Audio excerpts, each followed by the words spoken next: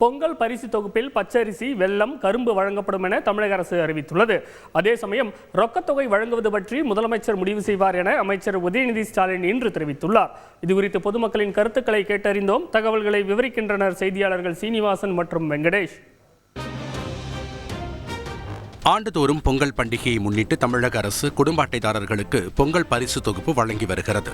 அந்த வகையில் இந்த ஆண்டும் பொங்கல் பண்டிகைக்கு தமிழகத்தில் உள்ள அரிசி குடும்ப அட்டைதாரர்களுக்கும் இலங்கை தமிழர் மறுவாழ்வு முகாம்களில் வசித்து வரும் குடும்பங்களுக்கும் தலா 1 கிலோ பச்சரிசி, 1 கிலோ சர்க்கரை மற்றும் முழு கரும்பு வழங்க தமிழக அரசு அரசாணை வெளியிட்டுள்ளது. கடந்த ஆண்டு பொங்கல் தொகுப்புடன் 1000 ரூபாய் ரொக்கத்தொகை வழங்கப்பட்டது போன்று இந்த ஆண்டும் ரொக்கத்தொகை வழங்கப்படுமா என்ற எதிர்பார்ப்பு மக்களிடையே எழுந்துள்ளது. இதுகுறித்து இல்லத்தரசிகளான வாணியம்பாடியைச் சேர்ந்த மாலதி, மோனிகா ஸ்ரீ மற்றும் பெரம்பூரைச் சேர்ந்த மரியசெல்வி ஆகியோரிடம் பேசினோம்.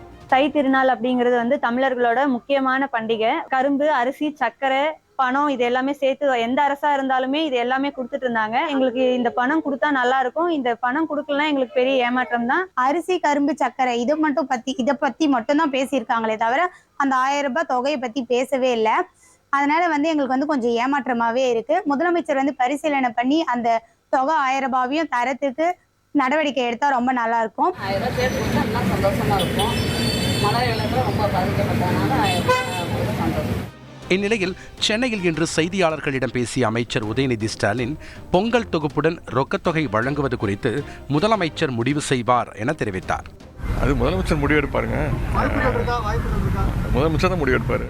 இதனிடையே பாமக நிறுவனர் ராமதாஸ் வெளியிட்டுள்ள அறிக்கையில் பொங்கல் பரிசு தொகுப்புடன் 1000 ரூபாய் வழங்க வேண்டும் என்றும் செங்கரும்பின் கொள்முதல் விலையை 50 ரூபாயாக உயர்த்த வேண்டும் எனவும் வலியுறுத்தியுள்ளார். இதேபோல முன்னாள் முதலமைச்சர் ஓ பன்னீர்செல்வம் வெளியிட்டுள்ள அறிக்கையில் புயல் வெள்ள பாதிப்புகளை கருத்தில் கொண்டு பொங்கல் பரிசாக 3000 ரூபாய் வழங்க வேண்டும் என தெரிவித்துள்ளார்.